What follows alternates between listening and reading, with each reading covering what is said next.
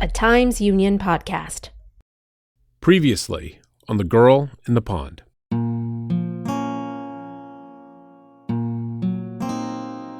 On the way back up, they saw a couple dudes next to the pond that they ended up finding her in. That's where they seen another guy over in the same spot where they found Hazel's hat and gloves, just about 20 feet from the shore, moving around through the bushes looking as if he was looking for something. I'm Jessica Marshall. And I'm Patrick Tyne. This is The Girl in the Pond, Episode 8, Pond Guys. 'Tis the last rose of summer left blooming alone, all her lovely companions.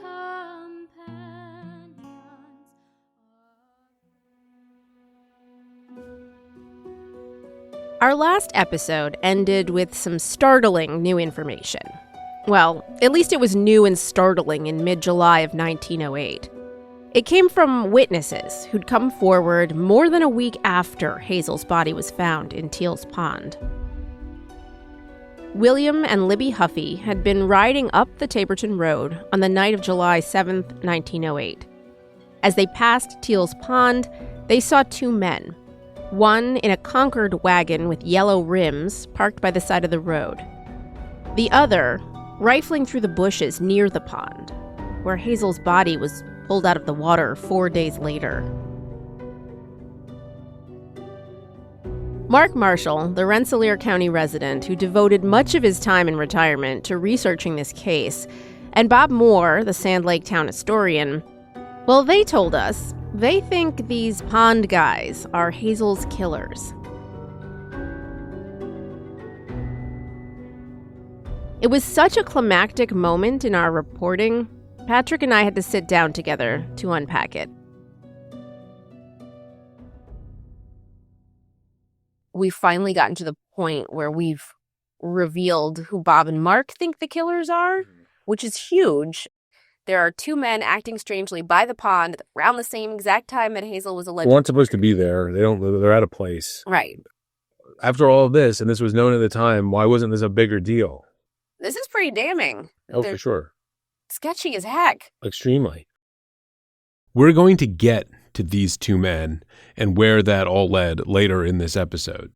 But we need to rewind a bit first. There are more details we need to get into to help put it in the proper context. One of the biggest questions in this case, besides who killed Hazel Drew, is why was she in Sand Lake that night? It's a question that no one could answer until late July of 1908, almost 3 weeks after the body was found. In the last episode, we mapped out Hazel Drew's movements in the final days of her life. From newspaper reports, it appears that she took a train to Albany twice in 2 days, July 6th and July 7th, the day she died. She told witnesses she met at the train station on both days that she was heading downstate, possibly to New York City.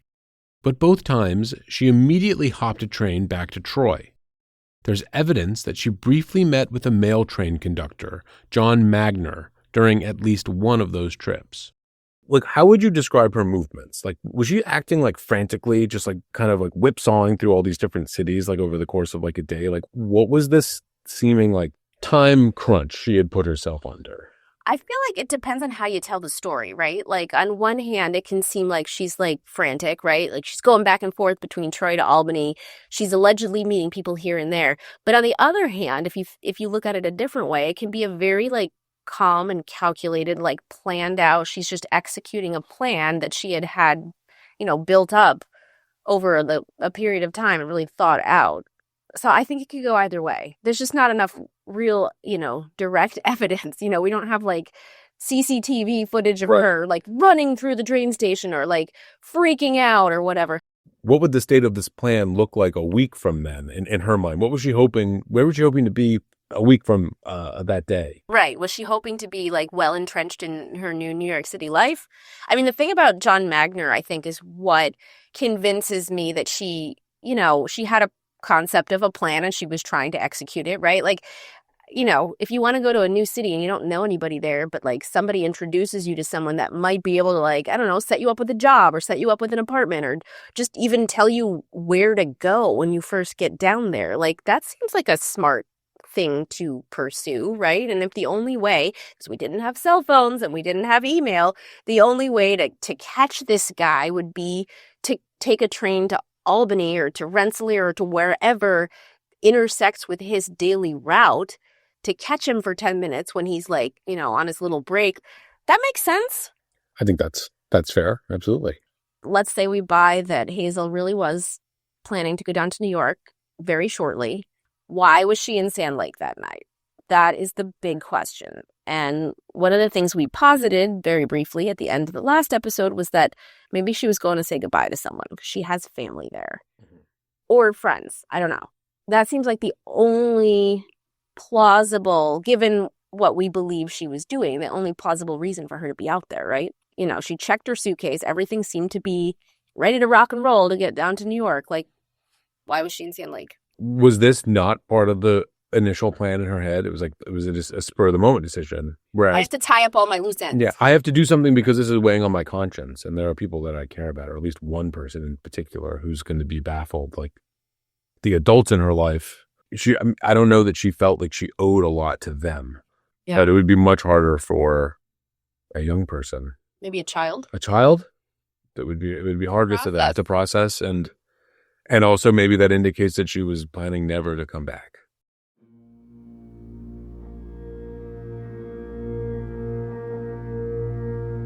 The question of why Hazel was in Sand Lake the night she died, it all becomes a lot more clearer when you look at it through the eyes of a child. We've talked a lot about Hazel's family in earlier episodes. We talked about her parents, her Aunt Minnie, her Uncle William, her older brother Joseph, and his wife Eva. Hazel was the second oldest child in her family behind Joseph, but she also had 3 younger siblings. The youngest was only 11. His name was Willie Drew. And it turns out Willie was also in Sand Lake the night Hazel died.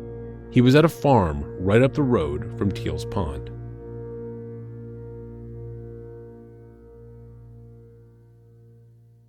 The revelation that Hazel had a kid brother living on a farm in Sand Lake only came to the public's attention 3 weeks after her body was found.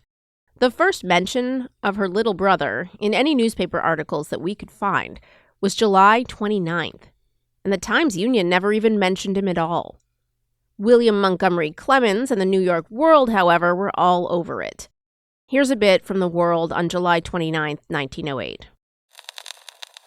Detectives Powers and Unser reported to District Attorney O'Brien today that they had found 2 new witnesses who are expected to shed light on the mysterious murder of Hazel Drew, whose body was found in Teal's Pond.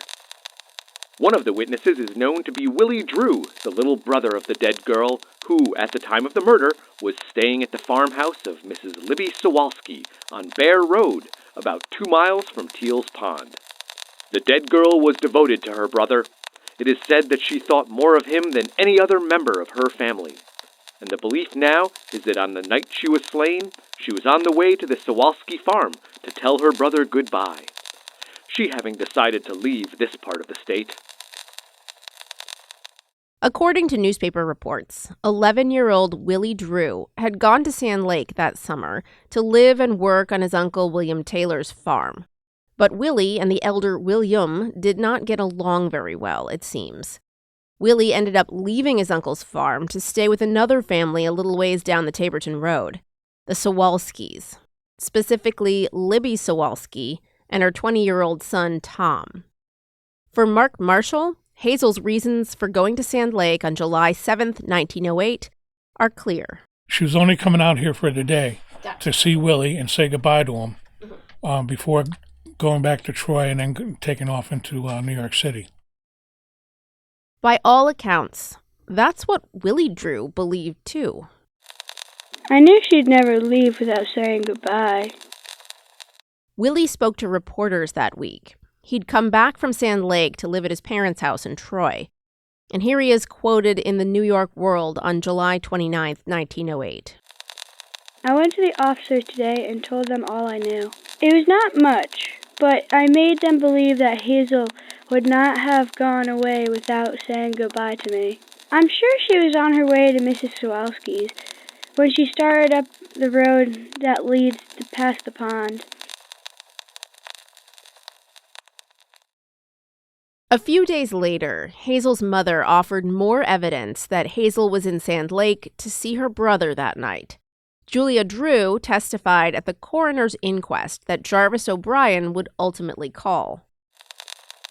Hazel came to me on the morning of July 3 and asked where Willie was staying. She remarked that when she went out into that neighborhood again, she would go to see him. We did not discuss the matter any further. And until now, it had not occurred to me that Hazel might have been going to Mrs. Sawalski's home.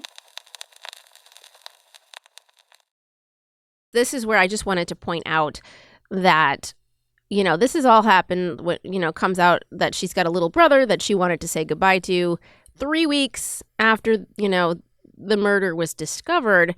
And for that 3 weeks in the media and even with the investigators themselves, they're throwing out theories that, of course she went to Sand Lake to meet a lover, or, she went to Sand Lake to do something, naughty with a boy. Like, ultimately what happened was not the first thing that people thought of. What's more likely? You're going to say goodbye to a relative versus, I'm having some sort of salacious affair of some sort. Just going off of the Occam's razor of the most likely thing. Most people aren't actually engaged in these incredible, secret affairs and subterfuges versus, most people, have family that they care about, to some degree, and certainly siblings, although, I'm an only child. I don't know anything about that, but I know that that would make more sense than some convoluted theory. Right. That reporting would also have to acknowledge that Hazel Drew is a person with she's human, right? She's human. She's very human, and that doesn't really work as well. That she's human and that she has a story. It's a much better story, right? From a, entertainment standpoint, if you're well, she went out there to have a salacious affair by the pond. The public wanted a juicier story, a juicier reason for that. And it just doesn't seem like it was there, which, might be why the story fizzled a bit in the public eye. Okay, so now we have a good sense of why she was in Sand Lake the night she died. But we still haven't pieced together why or how she was killed. For that, let's finally go back to pond guys. The ones William and Libby Huffy said they saw on their way home that fateful night of July 7th, 1908. Here's Mark Marshall. The reason we think that, and we come up with that conclusion, was because the detectives, after hearing Huffy's story, started hitting the livery stables and looking for this Concord wagon. Remember, we talked in the last episode about how William Huffy didn't initially go to the authorities about what he'd seen. Instead, he told his friend, the liquor store owner, about what he saw, who told his brother, the bartender, who told one of the county detectives on the case. That detective, Duncan Kay, then went after the lead. They actually found a Concord wagon that was rented down in Troy with a bay mare horse with a dark mane and tail, the same as what Huffy's described. And so they found it in Shive's stable in Troy. They looked at the rental book, and they seen that the horse in the buggy was matched up and rented out to go out to Avon Park by a guy by the name of Bill Cushing. Bill Cushing. This is the guy who picked up the carriage on the afternoon of Tuesday, July 7th, 1908. And he'd returned it around 10:30 that night, according to the log. That wasn't the only name associated with the rental, though. The day prior, a man named Fred Schatzel had called to reserve the wagon for Cushing. Bill Cushing and Fred Schatzel. Who the hell are these guys?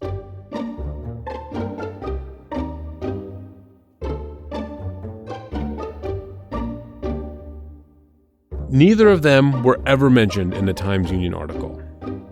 They weren't in any New York World articles either.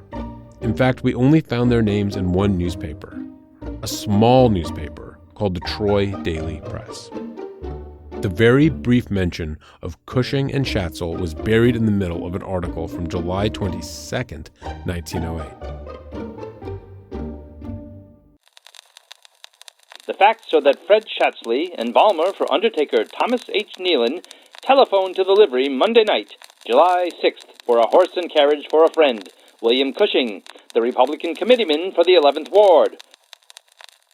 Hold up. Say that again? William Cushing? The Republican committeeman for the 11th Ward? Cushing was a politician? A Troy Republican? The same machine that District Attorney Jarvis O'Brien and all his detectives were part of?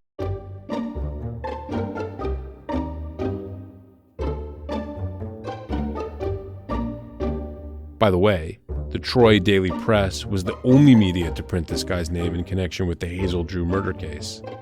The Troy Daily Press was a Democrat-leaning paper, one of the only ones in town.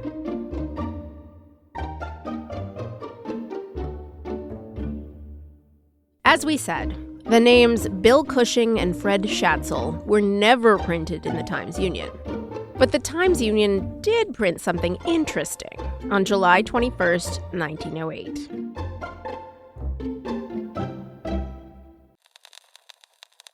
This morning, the district attorney was closeted for over an hour with a man who was not known to any of the newspaper men in the building or attachés. The district attorney was most careful not to let the newspaper men reach this stranger, too, and he helped him to get out of the courthouse by means of a private exit. The man was seen, though, and was of medium height and had a sandy mustache, but he managed to elude the newspaper men. Mr. O'Brien admitted that the stranger had been in consultation with him on the Hazel Drew mystery. During their conference, the district attorney sent for the Troy Directory and also for County Detective Kay. On other days, the officers have been most willing to tell what they were going to do and where they were going, but today they professed to be in ignorance of their movements. After the newspaper men had left the district attorney's office, the detectives and officers were summoned to Mr. O'Brien's office, and each left the building singly and in different directions.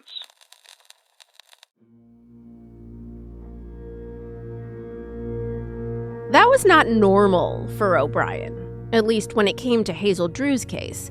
He was an open book every day on practically everything else about that case. Why was he suddenly tight-lipped about a stranger with a sandy mustache? Remember, William and Libby Huffy said the guy in the Concord wagon had sandy hair and a mustache. I have to say it like mustache. Of course, because you're twirling it. Was the guy O'Brien was shielding from the press William Cushing? And if it was him, why?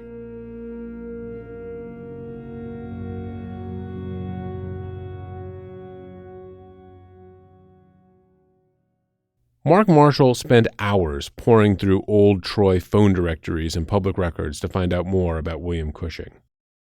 So we started investigating into Cushing. Who was he? And we found out that he actually grew up where Hazel lived in South Troy, only 2 blocks away from her. Hazel's girlfriend, I found out, lived next door to him. Okay. One of her best girlfriends. And then we also found out that Eva Drew, before she married her brother, Hazel's brother, worked right next door to him, Cushing. So when you're in South Troy, everybody in South Troy knows everybody there. Remember Hazel's first boss, Thomas Hislop? He could have also been the connection point for Hazel and Cushing. And Hislop was president of the Young Republican Club in South Troy. So he probably had meetings, Republican meetings at his house. Cushing probably went to the house and got to know Hazel that way.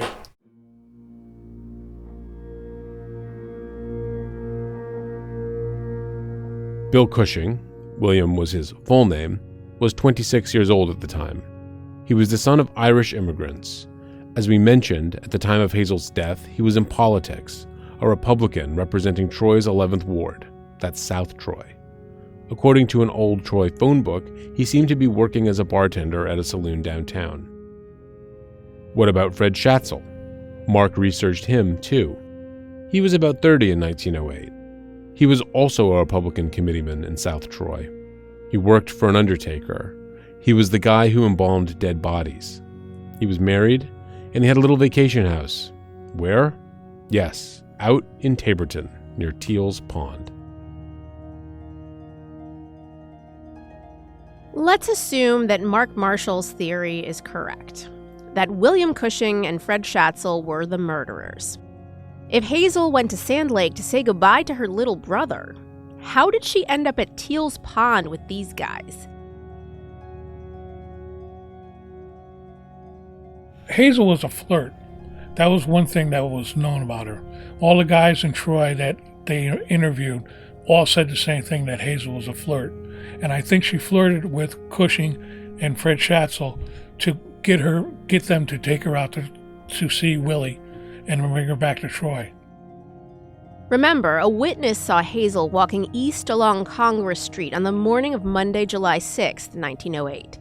She was at Congress and 3rd.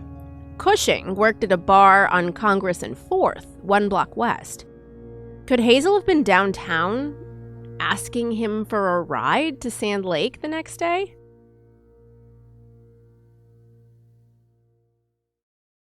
It looks pretty sus. All of this circumstantial evidence kind of lines up to suggest that it's plausible that Hazel asked William Cushing for a ride and Fred Schatzel arranged for the carriage and they went out there together.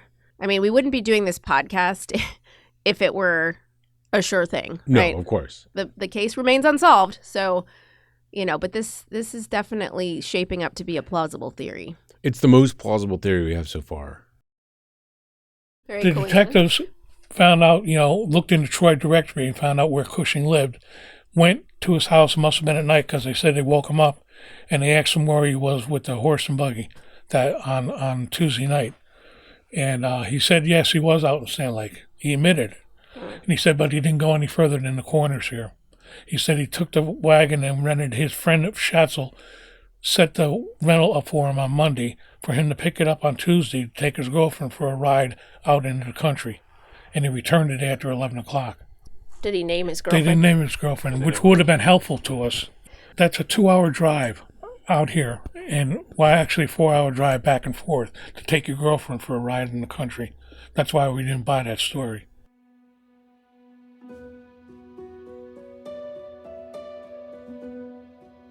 The investigators bought it, though. They bought it that this Bill Cushing guy rented a carriage that looked exactly like the one William Huffey described. They bought that he drove his girlfriend out to Sand Lake around the same time Hazel was seen there. And they bought that it was just a huge coincidence. Here's the full paragraph about Cushing and Schatzel, the only mention of them in any media, from the Troy Daily Press on July 22, 1908. Hiring of rig explained. The hiring of a rig at William T. Shine's livery has been thoroughly explained. It had nothing to do with the mysterious death of the Drew girl. The facts are that Fred Schatzel, embalmer for Undertaker Thomas H. Nealon, telephoned to the livery Monday night, July 6th, for a horse and carriage for a friend, William Cushing, the Republican committeeman for the 11th Ward. Mr. Cushing and a young woman went driving the following night. They were at Sand Lake, but not in the vicinity of Teal Pond.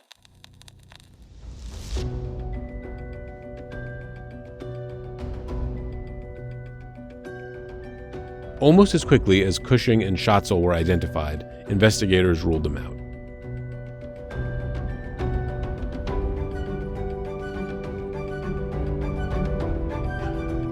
We'll be right back.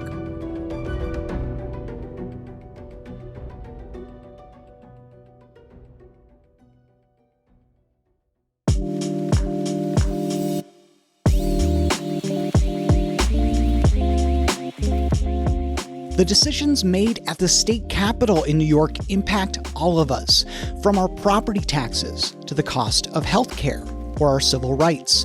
It's all really complicated, but I'm here to help you sort through it.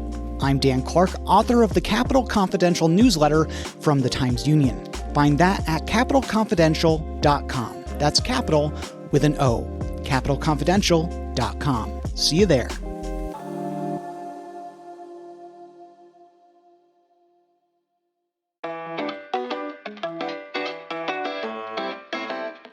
We are always busy here in the Times-Union newsroom, whether it's covering breaking news, writing in-depth features, or giving the latest local sports highlights. There is a lot that goes into what you read in print and online at timesunion.com and on all of our social channels. So join me, Jessica Marshall, every week on The Eagle, a Times-Union podcast.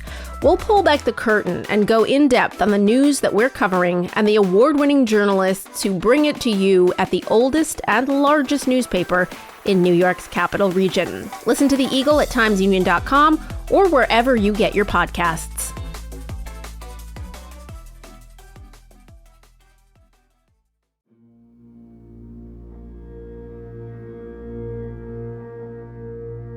This is The Girl in the Pond.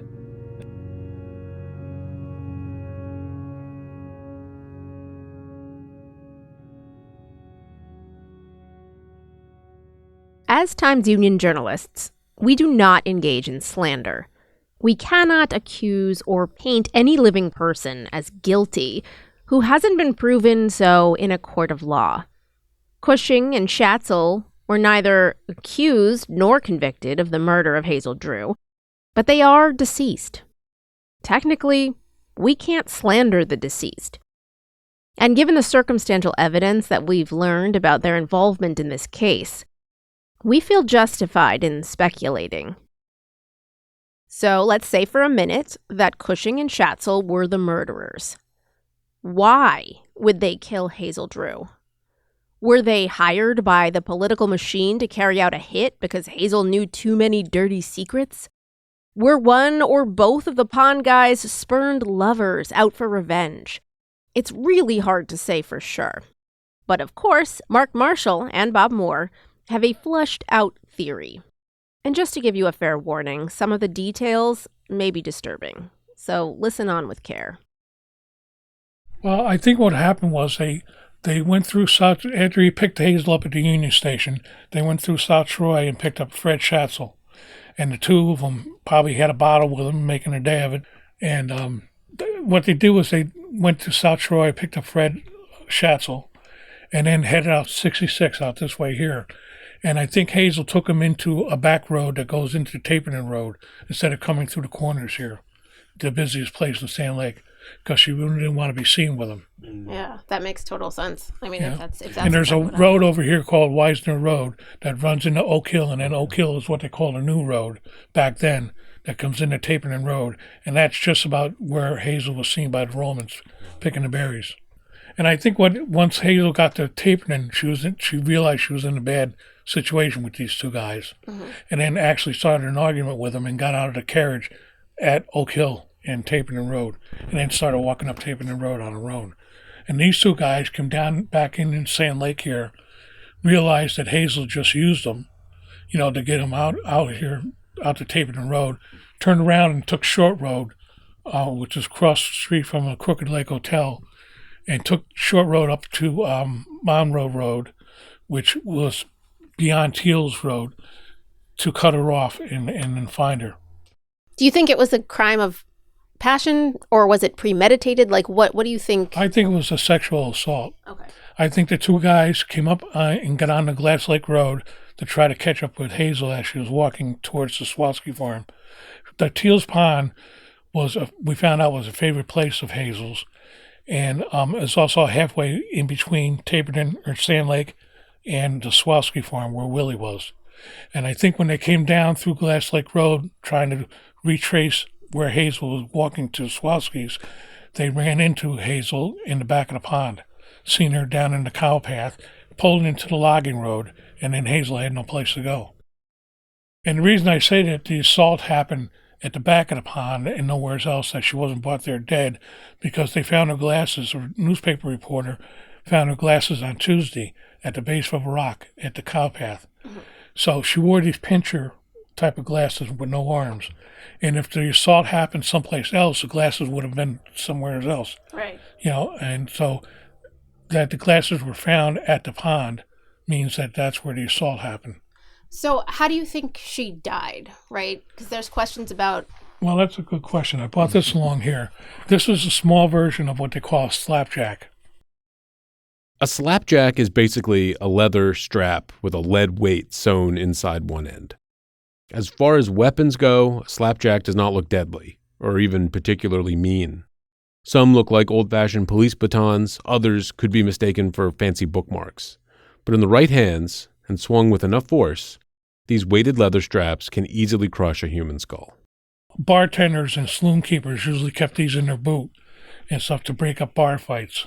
And they have a slap. They're made out of a lead in these, and they had a handle on it like this. Mark flipped the leather strap around in his hands. I may have winced a little at the intrusive thought of someone getting hit with it. This is a smaller version of it, but they were made to deliver a bone-crushing blow without cutting the skin. Wow. And this is just the exact same mark that Hazel had in the back of her head. Okay. At the base of her skull, and it was in the occipital lobe. That's convincing. Remember, William Cushing was a bartender, so it's not crazy to assume he would have had one of these and used them to arbitrate barroom disputes.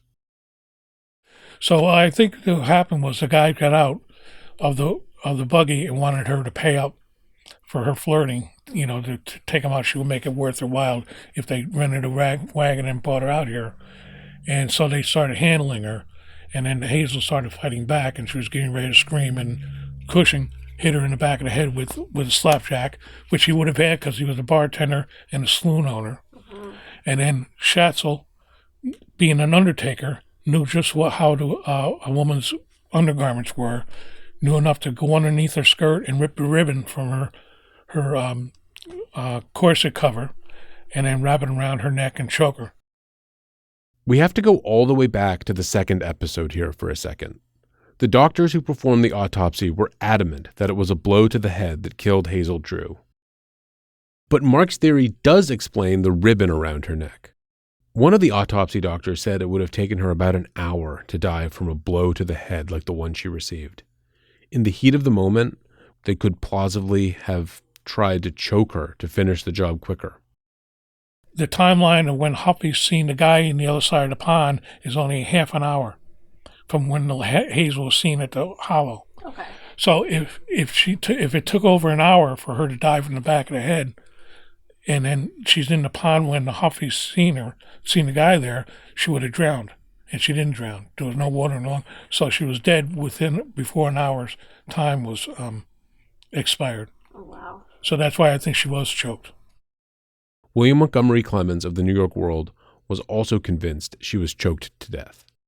But District Attorney Jarvis O'Brien and the doctors who performed the autopsy dismissed it.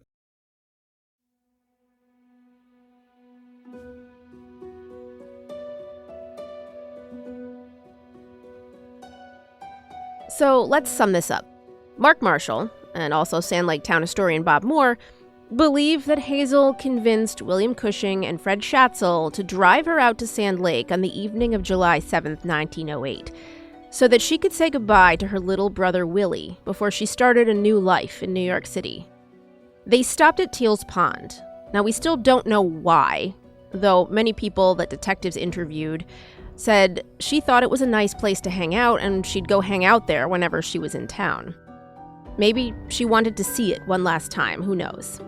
But when they got to the pond, one of the guys, or maybe both, tried to sexually assault her, and she fought back. One of the guys hit her with the slapjack in the back of the head. One or both of them wrapped her corset ribbon around her neck. And when she was dead, one or both of them threw her body into the pond. And then they went back to Troy and pretended that they had nothing to do with Hazel Drew's murder. When the Huffy's story came out, detectives figured out Cushing and Schatzel rented the wagon. They confronted them, and then they let it go.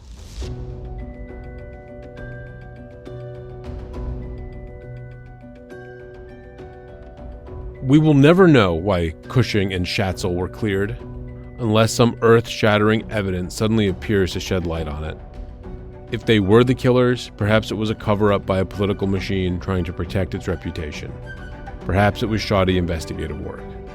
Perhaps it was the rampant sexism of the time. Perhaps it was all three. We'll never know.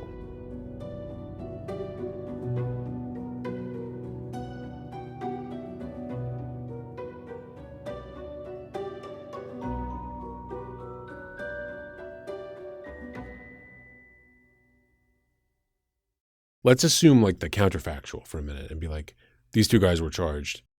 That would have been such a scandal. It would have just been a bomb went off. Yeah, that would have shattered Republican politics. It just would have been and then maybe every other comparatively penny ante scheme, going on in Republican politics, whether it's like, the treasurer screwing with money or ballot box, any of that, all of a sudden that all gets like super magnified.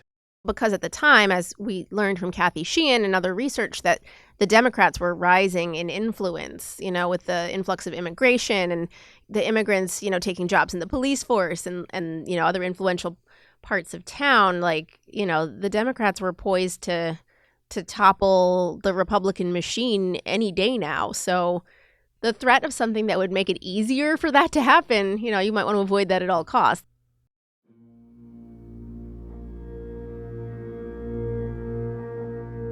William Cushing died about 5 years after Hazel's murder. He dropped dead of heart failure. He was 31. A few years after Hazel's murder, Fred Schatzel was involved in the suspicious death of his boss at the funeral parlor. He was never accused of anything. He died in 1944 at age 66.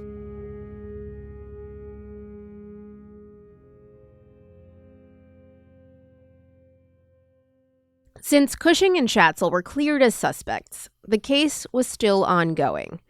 By the last week in July, District Attorney Jarvis O'Brien had made a decision. He called for a coroner's inquest, finally, to once and for all determine the cause of Hazel Drew's death. The media had all but written off the cause of death as murder. O'Brien and his detectives had been investigating it as if it were a murder. But on July 27, 1908, when the inquest finally began, O'Brien called his first witness, a doctor who argued that Hazel killed herself. What bearing he can have on the case was only surmised at first, but the impression has gone forth that District Attorney O'Brien is going to take refuge behind the suicide theory. The reason for committing suicide has been hinted at, that the girl was in a condition that she feared to face the world with and went to Teal's Pond to hide her shame in death. Other physicians, it is also asserted, are to be sworn, and they will probably also advance the idea of suicide.